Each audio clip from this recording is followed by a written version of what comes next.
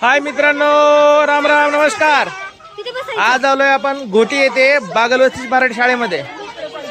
येथे आहे या शिक्षकांनी चिमुकल्यांचा बाजार। हा छान बाजार भरलेला आहे आणि इथे मूलभूत शिक्षण दिलं जात आहे मुलांना। आहे सगळेजण प्रत्येकजण खरेदी करतायत।